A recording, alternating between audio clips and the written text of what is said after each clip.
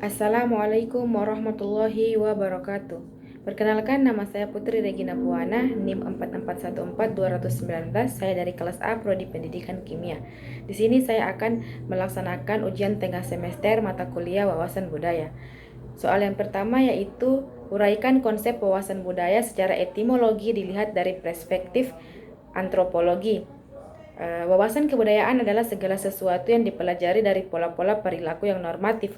Maksudnya adalah mencakup segala cara-cara atau pola-pola berpikir, merasakan, dan bertindak. Dan secara etimologis, antropologi berarti ilmu yang mempelajari manusia. Jadi dapat disimpulkan bahwa konsep wawasan budaya secara etimologi dari perspektif antropologi yaitu ilmu yang menjelaskan tentang hubungan timbal balik antara manusia dan kebudayaan pada suatu masa dan suatu ruang tertentu. Konsep wawasan budaya dari perspektif deskriptif dari sudut pandang etimologi yaitu konsep wawasan budaya yaitu suatu pengetahuan atau suatu ilmu yang mendeskripsikan atau menggambarkan serta menganalisis bagaimana kebudayaan berlangsung sampai dengan saat ini. Mengapa kebudayaan sampai saat ini tercipta di kalangan para masyarakat? Apa yang mendasarinya? Penggambaran atau bayangan budaya yang sejak dahulu ada dan hingga sekarang masih sangat kental baik itu pada masyarakat tradisional maupun masyarakat modern. Dengan perspektif deskriptif, dalam kebudayaan terdapat ilmu pengetahuan, kepercayaan, seni, hukum, moral, adat istiadat, dan kemampuan maupun kebiasaan lainnya yang bisa diterima dalam lingkungan masyarakat. Kemudian, konsep wawasan budaya dari perspektif historis. Arti kata historis yaitu sesuatu yang dibuat untuk mempermudah kita untuk pencarian atau penggunaan dan pembacaan sesuatu. Historis ini artinya berkenaan dengan sejarah, bertalian atau ada hubungannya dengan sejarah di masa lalu. Jika dikaitkan dengan konsep wawasan budaya, ialah suatu ilmu yang dapat dipelajari oleh masyarakat melalui informasi-informasi yang ditemukan di masa kini yang telah terjadi di masa lampau dan sudah menjadi sejarah kehidupan di lingkungan masyarakat. Kemudian yang berikutnya konsep wawasan budaya dari perspektif normatif. Arti kata normatif adalah berpegang pada norma, serta menurut pada norma ataupun kaidah yang berlaku. Sudah seharusnya dalam wawasan kebudayaan haruslah memiliki norma serta kaidah-kaidah yang berlaku dalam kebudayaan itu sendiri. Norma merupakan suatu sikap yang harus dimiliki oleh masyarakat yang berbudaya. Melalui perspektif normatif ini, dalam kebudayaan harus memberikan perhatian kepada peraturan cara hidup, ide atau nilai-nilai dari perilaku. Kemudian konsep wawasan budaya dari perspektif psikologis. Psikologis diambil dari kata psikolog yang berarti atau yang bersifat kejiwaan. Artinya bahwa wawasan kebudayaan masyarakat harus dapat beradaptasi dengan cepat dengan kebudayaan yang ada di daerahnya. Kebanyakan dari masyarakat itu susah untuk membiasakan diri mereka dengan kebudayaan mereka. Dari perspektif psikologis ini, masyarakat harus bisa menyesuaikan diri dengan kebudayaannya, karena budaya terdiri dari semua proses belajar dari suatu masyarakat. Yang berikutnya itu konsep wawasan budaya dari perspektif struktural. Arti kata struktural berkenaan dengan kata struktur yang berarti cara sesuatu yang disusun atau dibangun. Sesuatu disusun dengan pola-pola tertentu serta berdasarkan pengaturan unsur atau bagian daripada suatu benda. Dalam kebudayaan pasti memiliki suatu organisasi yang dibuat untuk melestarikan serta menjaga kebudayaan agar tetap terjaga. Jadi dalam konsep kebudayaan harus menekankan aspek dalam pola dan organisasi kebudayaan.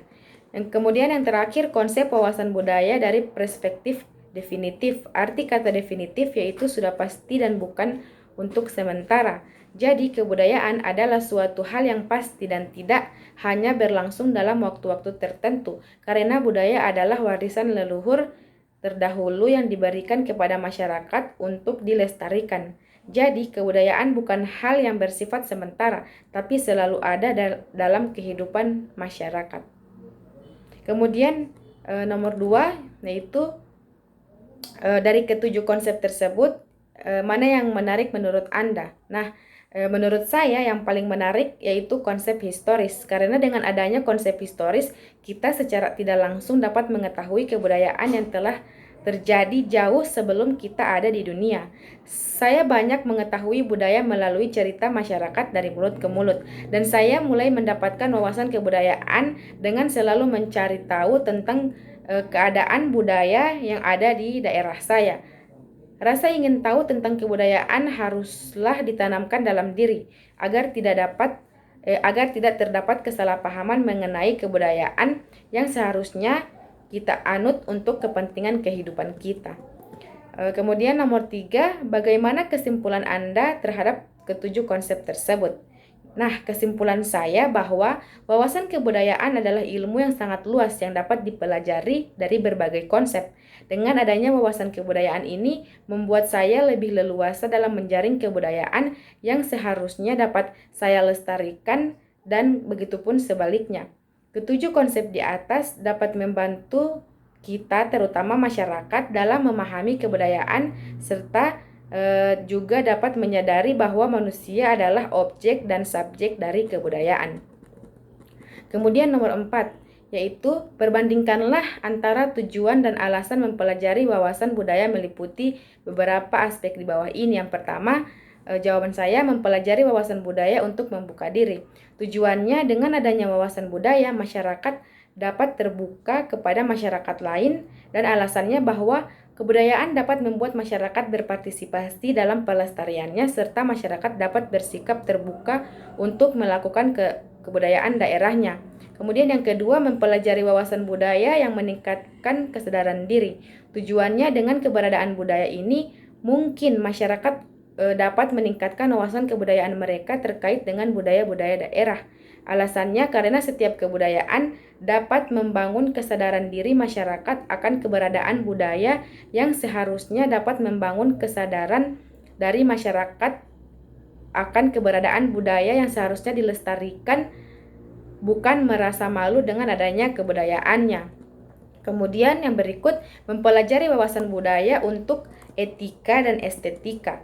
Tujuannya, setiap manusia seharusnya memiliki etika, yaitu memiliki sikap yang baik dan bukan sikap yang buruk dalam menyikapi adanya kebudayaan. Serta manusia harus mempunyai estetika, yaitu tanggap dan mempunyai skill atau kemampuan dalam kesenian dan keindahan. Alasannya agar masyarakat memiliki hak serta kewajiban untuk berakhlak yang baik serta dilandasi dengan moral, dan juga agar masyarakat dapat mengembangkan potensi mereka mengenai estetika dalam kesenian. Kemudian yang berikutnya, mempelajari wawasan budaya untuk membawa perdamaian dan meredam konflik. Tujuannya, dengan adanya wawasan kebudayaan dalam diri seseorang atau dalam diri masyarakat dapat menciptakan kedamaian. Dan dengan adanya pemahaman terhadap kebudayaan membuat masyarakat budaya tidak terlibat dalam konflik perbedaan pendapat dalam konteks kebudayaan. Alasannya karena perdamaian itu sangat penting dalam kehidupan sosial bermasyarakat. Dengan adanya perdamaian, hidup terasa aman dan damai karena tidak ada perpecahan di dalamnya. Sehingga dengan adanya kehidupan yang damai pasti tidak ada satupun masyarakat yang terlibat dalam konflik, perbedaan pemahaman dalam kebudayaan serta konflik untuk penolakan kebudayaan tertentu dalam lingkungan masyarakat. Kemudian yang berikut, mempelajari wawasan budaya untuk demografis. Kata demografis ini diambil dari kata demografi yang berarti ilmu tentang susunan, jumlah, dan perkembangan penduduk. Jadi, tujuan dalam mempelajari wawasan budaya agar masyarakat dapat mengetahui tentang susunan, jumlah, dan perkembangan untuk masa depan kebudayaan ke depannya masih berada di tengah-tengah masyarakat, walaupun sudah berlabuh dalam masyarakat modern. Alasannya karena masyarakat harus memiliki ilmu demografis agar kebudayaan terus terjaga walaupun perkembangan penduduk berlangsung sangat cepat. Kemudian yang berikut, mempelajari wawasan budaya untuk ekonomi. Kata ekonomi ini berarti ilmu mengenai asas-asas produksi, distribusi, dan pemakaian barang-barang serta kekayaan. Jadi, tujuan ekonomi dalam mempelajari wawasan budaya agar dapat menyeimbangkan kebudayaan daerah yang satu dengan kebudayaan daerah lainnya. Dengan mempelajari ekonomi, masyarakat dapat mengatur kebudayaan di daerahnya, seperti pada pembuatan pakaian-pakaian adat yang menjadi salah satu kebudayaan di daerah tersebut. Alasannya karena ekonomi adalah salah satu ilmu yang paling penting untuk keberlangsungan hidup masyarakat, terutama masyarakat di lingkungan kebudayaan. Kemudian yang berikut, mempelajari wawasan budaya untuk menghadapi perkembangan teknologi. Dengan memiliki wawasan budaya, tujuannya agar kedepannya masyarakat tidak gempar dengan adanya teknologi yang kehebatannya sudah melebihi kehebatan manusia. Alasannya karena wawasan budaya adalah suatu aspek yang sangat luas, sampai-sampai teknologi akan sangat berpengaruh terhadap kebudayaan. Yang terakhir yaitu mempelajari wawasan budaya untuk menghadapi era globalisasi. Tujuannya agar dalam era globalisasi yang dapat berkembang dari satu negara ke negara lain ini sangatlah cepat, masyarakat tidak dapat terpengaruh dengan adanya pengaruh kebudayaan barat. Dengan kecepatan globalisasi di dunia, informasi dari ujung dunia pun dapat kita ketahui hanya dengan mengandalkan handphone dan jaringan internet. Alasannya, dengan adanya wawasan kebudayaan dalam diri masyarakat, maka mereka dapat menyaring budaya-budaya yang tidak seharusnya ditiru dan dilakukan di daerah mereka karena melanggar norma serta peraturan yang berlaku. Kemudian nomor 5 yaitu dari ke-8 tujuan dan alasan mempelajari wawasan budaya, tujuan dan alasan yang mana yang masih relevan dan dapat dipertahankan untuk masa sekarang ini dan mengapa? Nah, jawaban saya mempelajari wawasan budaya untuk menghadapi era globalisasi. Alasan serta tujuannya dalam hal ini menurut saya masih relevan dan masih dapat dipertahankan untuk masa sekarang. Karena sekarang ini globalisasi adalah suatu ancaman yang sedang dihadapi oleh masyarakat. Yang dikarenakan dengan adanya globalisasi ini, kebudayaan barat dengan sangat mudah dapat masuk ke Indonesia. Bahkan sekarang ini sudah banyak kebudayaan barat yang sudah ditiru oleh masyarakat Indonesia. Misalnya cara berpakaian yang biasa dipakai oleh orang-orang barat sudah dapat kita temukan digunakan oleh masyarakat Indonesia. Jadi dengan adanya wawasan budaya ini, kita dapat menyaring kebudayaan yang masuk di daerah kita. Kemudian yang keenam, organisasikanlah jenis dan tipe budaya yang ada di daerah Anda berdasarkan beberapa jenis dan tipe budaya di bawah ini. Yang pertama, jenis dan tipe budaya menurut sifatnya. Jenis dan tipe budaya menurut sifatnya ini terbagi atas beberapa bagian. Yang pertama, etnosentris, yaitu kecenderungan untuk memandang orang lain lebih rendah.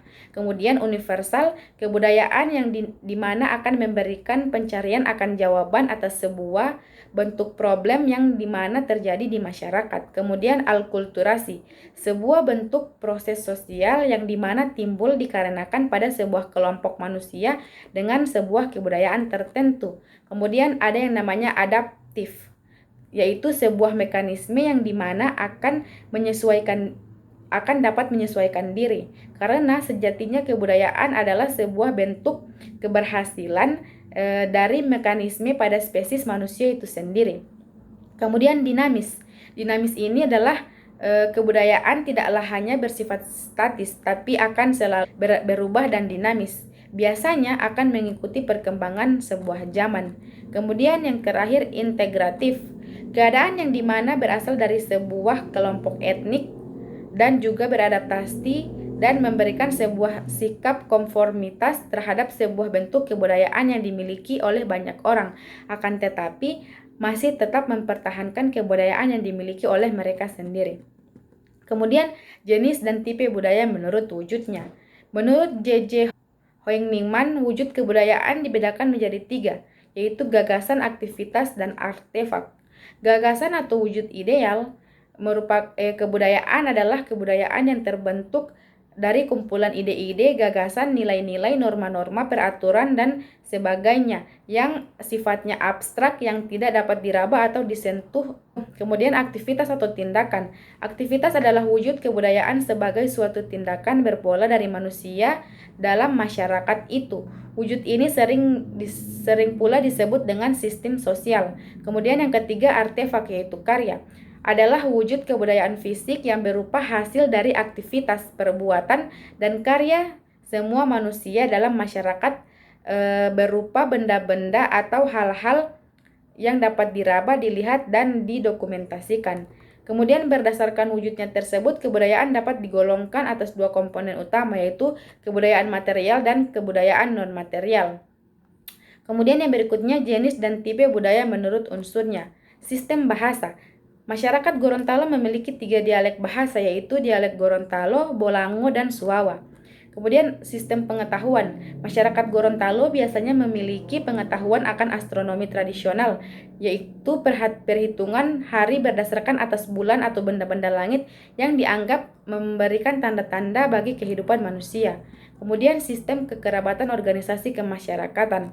Setiap kelompok masyarakat kehidupannya diatur oleh adat istiadat dan aturan-aturan mengenai berbagai macam kesatuan di dalam lingkungan di mana dia hidup dan bergaul dari hari ke hari. Kemudian sistem peralatan hidup dan teknologi manusia. Unsur kebudayaan yang termasuk dalam peralatan hidup dan teknologi merupakan bahasan kebudayaan fisik. Unsur kebudayaan fisik yang digunakan oleh kelompok manusia yang hidup berpindah-pindah atau masyarakat pertanian, seperti alat-alat produktif, senjata, wadah, alat-alat menyalakan api, makanan, minuman, dan jamu-jamuan, pakaian dan tempat perhiasan, tempat berlindung dan perumahan, dan alat-alat transportasi. Kemudian sistem ekonomi atau mata pencaharian hidup. Sistem ekonomi pada masyarakat tradisional antara lain berburu dan meramu, beternak, bercocok tanam di ladang, menangkap ikan, bercocok tanam serta menetap dengan sistem irigasi. Kemudian sistem religi. Fungsi religi dalam masyarakat adalah pertanyaan mengapa manusia percaya kepada adanya suatu kekuatan gaib atau supranatural yang dianggap lebih tinggi daripada manusia, dan mengapa manusia itu melakukan berbagai cara untuk bisa berkomunikasi dan mencari hubungan-hubungan dengan kekuatan-kekuatan supranatural tersebut. Kemudian jenis dan tipe budaya menurut wilayahnya. Kebudayaan masyarakat Gorontalo merupakan sebuah tatanan kebudayaan dan tradisi dari para leluhur Gorontalo terdahulu yang terus diwariskan dari generasi ke generasi sehingga menjadi sebuah peradaban yang berkarakter dan berkepribadian luhur. Adat istiadat Gorontalo itu sendiri tidak hanya terbentuk dari warisan kebudayaan persekutuan lima kekeluargaan kerajaan atau Duluo Limolopo Halaa, namun juga terbentuk dari pengaruh kebudayaan luar seperti budaya Melayu, budaya Arab, dan budaya Tionghoa. Kemudian kesenian masyarakat Gorontalo. Musik dan tarian serta pakaian adat sangatlah bervariasi. Musik tradisional memiliki instrumen seperti polo-palo, ganda atau gendang Gorontalo, gambusi, dan marwas. Alat musik ini lebih berfungsi sebagai hiburan dan bukan sebagai bagian ritual dari keagamaan. Kemudian bahasa daerah Gorontalo. Bahasa Gorontalo yang disebut juga Silita Hulondalo atau Mohulondalo adalah salah satu bahasa daerah di Indonesia yang digunakan oleh suku Gorontalo yang tersebar di semenanjung utara Sulawesi, utamanya di wilayah Provinsi Gorontalo, serta di wilayah Provinsi Sulawesi Utara dan Sulawesi Tengah. Kemudian pendidikan. Masih tetap pendidikan tradisional diadakan dalam hubungan keluarga untuk membentuk watak, susila, dan keterampilan dalam memenuhi keperluan hidup seperti misalnya pengetahuan dalam pengolahan tanah dan berburu. Kemudian yang berikutnya kebudayaan masyarakat Gorontalo. Adat istiadat Gorontalo itu sendiri tidak hanya terbentuk dari warisan kebudayaan persekutuan lima keluarga kerajaan. Dari sekian banyak pengaruh budaya luar yang ada di Gorontalo, pengaruh kebudayaan Islam dan masyarakat Arab lah yang paling kuat dan paling mudah diterima oleh masyarakat Gorontalo. Oleh karena itu, setiap adat istiadat masyarakat Gorontalo memiliki kaitannya dengan warna keagamaan Islam yang sangat kuat. Kemudian jenis tipe budaya menurut kepentingannya. Nilai-nilai leluhur seperti yang kita ketahui sebagai sebuah negara bangsa, nasional state, Indonesia memiliki nilai-nilai luhur yang khas dan membudaya di masyarakat seperti gotong royong, saling tolong menolong, ramah, santun, toleransi, dan peduli terhadap sesama. Kemudian krisis karakter. Mulai melunturnya wacana krisis karakter, mulai melenturnya wacana kebudayaan Nusantara di kalangan masyarakat yang dikarenakan masuknya pengaruh budaya asing baik dari Barat maupun Asia. Perkembangan teknologi yang menghapus ruang dan waktu juga memberi pengaruh besar terhadap masyarakat budaya. Kemudian yang berikut adalah tulislah hasil telaah Anda terhadap hubungan budaya dengan ilmu-ilmu lainnya, baik dikaji dari karakteristiknya, bentuk atau wujudnya, tujuannya, fungsinya, maknanya, maupun nilainya. Hubungan-hubungan budaya dengan ilmu-ilmu lain yang dimaksud yang pertama yaitu jawaban saya, hubungan budaya dengan agama. Jika dilihat dari keberadaan budaya yang ada di Gorontalo dan dikaji dari karakteristiknya, bentuk, wujud, tujuan, fungsi, makna, maupun nilainya, agama dan budaya ini memiliki hubungan yang sangat kuat, terutama agama Islam. Karena dalam kebudayaan Gorontalo, pengaruh kebudayaan Islam dari masyarakat Arab yang paling kuat dan paling mudah diterima oleh masyarakat Gorontalo. Bukan hanya agama Islam saja, kebudayaan Gorontalo juga terbentuk dari pengaruh kebudayaan luar seperti budaya Melayu, Arab, Tionghoa. Hubungan kebudayaan dan agama ini tidak saling merusak, keduanya justru saling mendukung dan mempengaruhi. Kemudian hubungan budaya dengan bahasa. Keanekaragaman bahasa tidak dapat dipisahkan dari keanekaragaman budaya. Ditinjau dari segi budaya, bahasa termasuk aspek budaya. Kekayaan bahasa merupakan sesuatu yang menguntungkan. Berbagai bahasa itu akan merefleksikan kekayaan budaya yang ada pada masyarakat. Hubungan antara bahasa dan kebudayaan ini bersifat koordinatif atau subordinatif, yang keduanya mempunyai hubungan yang sangat erat dan saling memenuhi. Kemudian hubungan budaya dengan sastra. Sastra adalah pada lahiriah merupakan wujud dalam masyarakat manusia melalui bentuk tulisan dan juga wujud dalam bentuk lisan. Budaya adalah suatu cara hidup yang berkembang dan dimiliki bersama oleh sebuah kelompok yang diwariskan dari generasi ke generasi. Kemudian hubungan budaya dengan ilmu komunikasi. Budaya dan komunikasi memiliki hubungan timbal balik. Budaya mempengaruhi komunikasi dan sebaliknya komunikasi mempengaruhi budaya. Hubungan timbal balik ini penting untuk dipahami karena dengan budayalah orang-orang dapat belajar berkomunikasi. Kemiripan budaya dalam perspektif akan memungkinkan pemberian makna yang cenderung mirip pula terhadap suatu realitas sosial ataupun peristiwa tertentu.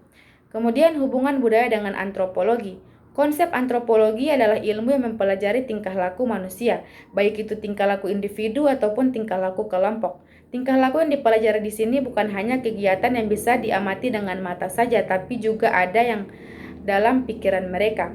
Pada manusia, tingkah laku ini tergantung pada proses pembelajaran. Kemudian hubungan budaya dengan adat istiadat. Secara etimologi, kata adat istiadat berasal dari bahasa Arab yang artinya adatu, yang memiliki arti cara atau suatu kebiasaan. Sehingga dalam hal ini adat istiadat didefinisikan sebagai perbuatan yang dilakukan berulang-ulang dan menjadi suatu kebiasaan yang tetap dan dihormati oleh orang-orang dalam suatu lingkungan tertentu, di mana adat istiadat itu berlaku. Ini menjadi kebiasaan terbentuk dan tumbuh di suatu lingkungan masyarakat dan dianggap memiliki nilai serta dijunjung tinggi dan dipatuhi oleh masyarakat.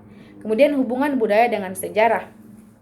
Hubungan antara sejarah dan budaya ini tidak bisa dipisahkan. Keduanya ibarat dua sisi koin.